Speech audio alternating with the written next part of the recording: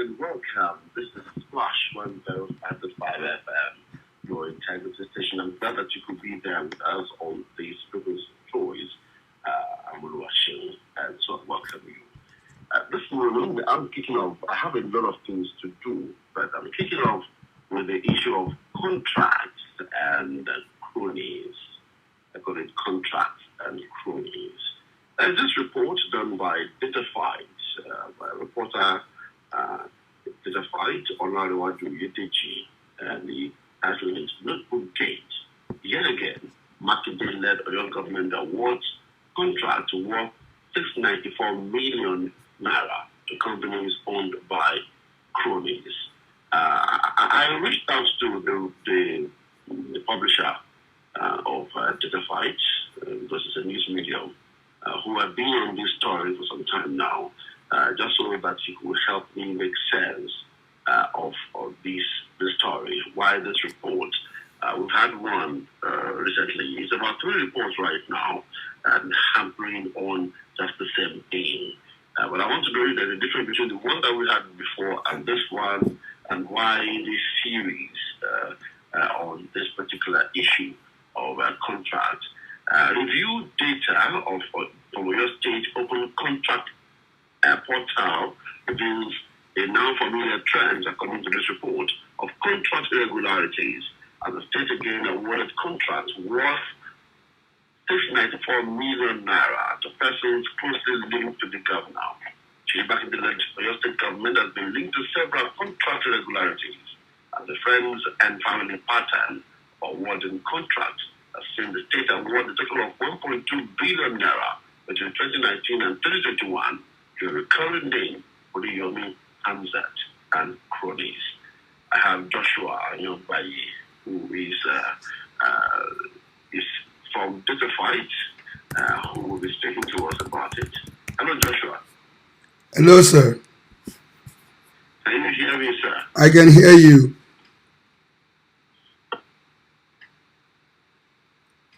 I can hear you clearly. Can you hear me?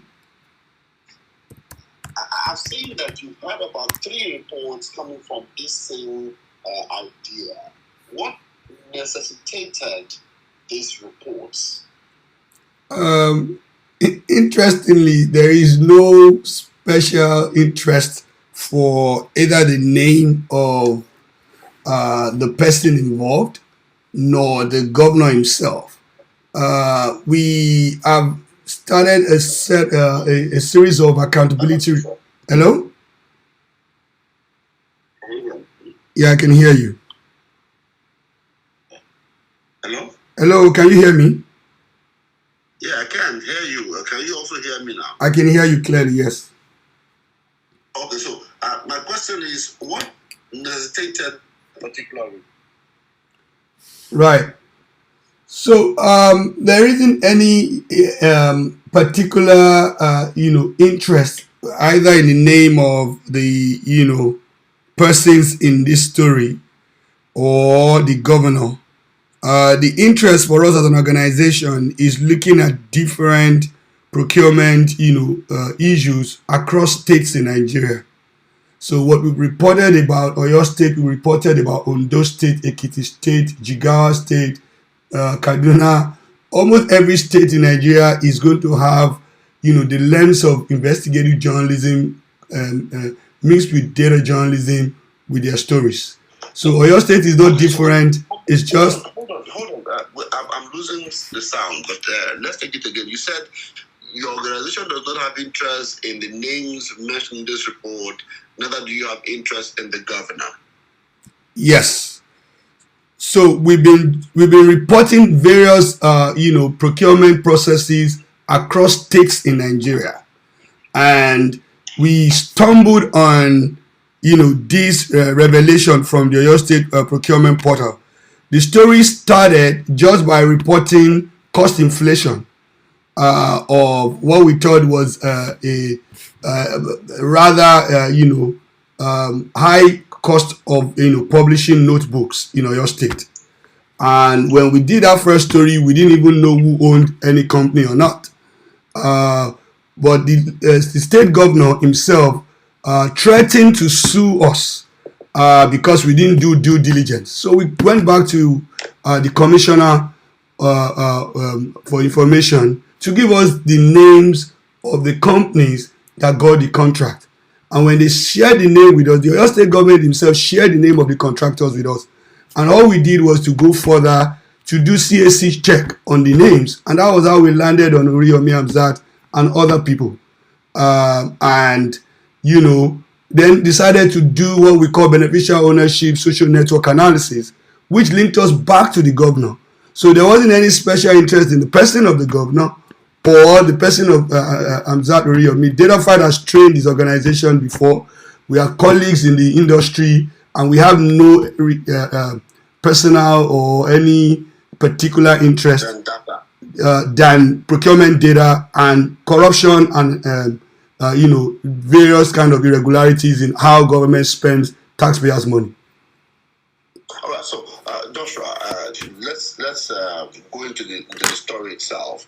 What were the outcomes of this story? You mentioned the issue about procurement data, inflation of contract sum, and also you refer to beneficial ownership.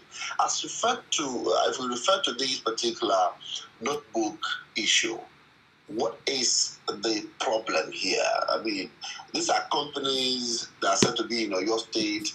These are indigenous of Oyo State who are given contracts. What is wrong in giving contract to Oyo State people to do work? No, there's nothing wrong in giving contracts to Oyo State indigenes. As a matter of fact, it is better that the contracts are given to people who live in the state. It's a way of also, you know, promoting businesses within the state. The challenge with this, with the way the procurement is done, and it's not us, you know, playing the judge here. It's just saying what the procurement law of the state says is what we are flagging. The way the lots are, the contract lots are awarded is where the problem is. Where a company who a contractor who owns about 6 to 7 companies, in this instance 13 of the 14 lots in a contract, is given to 13 companies owned by one person. That is called, like, you're trying to spread your opportunities very wide so that you get all the contract. So something that should have gone to 13 different companies owned by 13 different people ended up with 13 different companies owned by one person. That's where it's a violation of the procurement law. And also, that's the first one. You said that you could trace 13 companies to just one person in this particular contract issue. Yes. All right, and that's owned by, or you could trace it to Oriyomi Hamzat. And some of his staff and family friends. Some of his staff and family friends. Yes. Okay, so what's the second thing? The second thing is that some of these is cronies. Also, their companies are also have the governor as a board member. That in itself is a violation. It's a big violation of the contract rule. You will see in one of the images we used how a particular madam has an NGO who the board chairman is the governor of Oyo State himself, and in different cases on his social media, the governor's Twitter page, he has himself mentioned that he is the board chairman of this trustee, and another company owned by the woman is also part of the companies that are getting this contract. And this person also happens to be, a very close friend to Mr. Oriyomi. So you see a chain of people coming together, to get contracts in the name of their affiliation or association with the governor of the state. And why that is not in itself the major challenge. The challenge is the chain, how they kind of make it look as if the contract is given to 13 different companies, whereas it's a very number of companies, whereas all these companies are owned by just 2 or 3 people.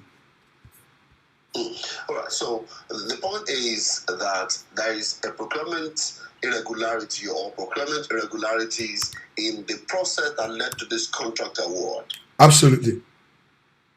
Okay, so any other thing, that contract inflation sum in this one? In this one as well, yes. I mean, you will see that in the story, the reporter was able to find out that to buy a typical exercise book in Oyo State today, you probably will pay like 150 naira to buy one. But if you do an average cost of that it was awarded for I think almost 300 naira or 250 naira. Now we know there is the room for what they call markup, whereas the company says, oh, for inflation and for other profit purposes, we will not sell at the market rate. But I mean, the rate at which you are going to add your markup can be almost double the price of a product. Where otherwise, why shouldn't we just give every student or give the principal of the school the money to tell us the number of students in the school, and then they go and get the books themselves? If you are buying in wholesale or bulk, the cost should even reduce, not increase or be much more. So the economies of scale didn't apply here, and that's part of what you would see. It means that even the public procurement agency of the state isn't doing enough, either isn't doing enough market research before it awards contract, or it's just oblivious, or it's just dismissing the need for cost benefit ratio analysis when awarding contracts to friends and families of governors. Okay. One other thing that I also saw, because the purpose of bringing you on is just for you to help us with what this report is about. Part of the report says that these companies are neither printing businesses, and at least 3 have no known location. 2 issues there. Companies with no printing business and companies with no known location. Yeah. I mean, this is not particular to your state alone. I mean, we have a data set of, I think, about 22 states in Nigeria. The contract is worth about 5 trillion naira. We're coming out with, a bigger report over the period of the next 6 months. And we have this situation where companies that don't even exist on CAC, companies that don't have a physical address, or even, any contact person, are awarded millions of contracts worth millions of naira. And some of these companies happen to also be part of the company that your state government is also awarding contracts to. I think it's just the fact that as much as possible, it's unfortunate that our colleague is the one on the line here, but it's a general pattern with the public procurement agency not doing its own due diligence with who the ministries, departments, and agencies of government tell them to sign off on their contract on. So yes, a number of these companies, as you will see in the report, don't have any major address or anything that has to do with printing press, which is not a particular. It's not particular to Oriyomi Hamzat Agidigbo FM. Okay. You talked about contract inflation issues. The other thing I want to talk about is, now, when you discovered all of these, what were the reactions you got from the government? Like I started with, the first thing was that the governor threatened to sue us, and also said he was going to resign if any of this was true. So we thought by the time we did the second report, they actually showed the chain of relationship back to him. He was going to resign, but he didn't resign, but went ahead to award another 694 million contract to the same set of people. We think that is impunity on the part of the government as a whole, especially a government that sets up an anti-corruption agency, which we never used to have in Oyo State. So we thought that he was going to be, true to his promise to the state to resign. And if he wasn't going to resign, he was going to stop or let the people in charge of this contract award pay for this corruption if truly he had nothing to do with it. And in some instances, actually, the governor himself had said in some of the report we've heard that he was going to support this particular set of people in every way possible to ensure that their station continues to run. We don't think he needs to do that. You can donate to them. It's a philanthropy, at least we heard so. But you don't need to use the state taxpayers' money to line the pocket of friends because you like them or because you think you need to make their business grow, especially when it doesn't align with the object of their business. So I mean, those are the basic reactions we've heard. We've also seen cases of maligning our the integrity of our paper in many instances. Calling us different names, but we have no challenge with that because we know that truth is always constant and will always justify us.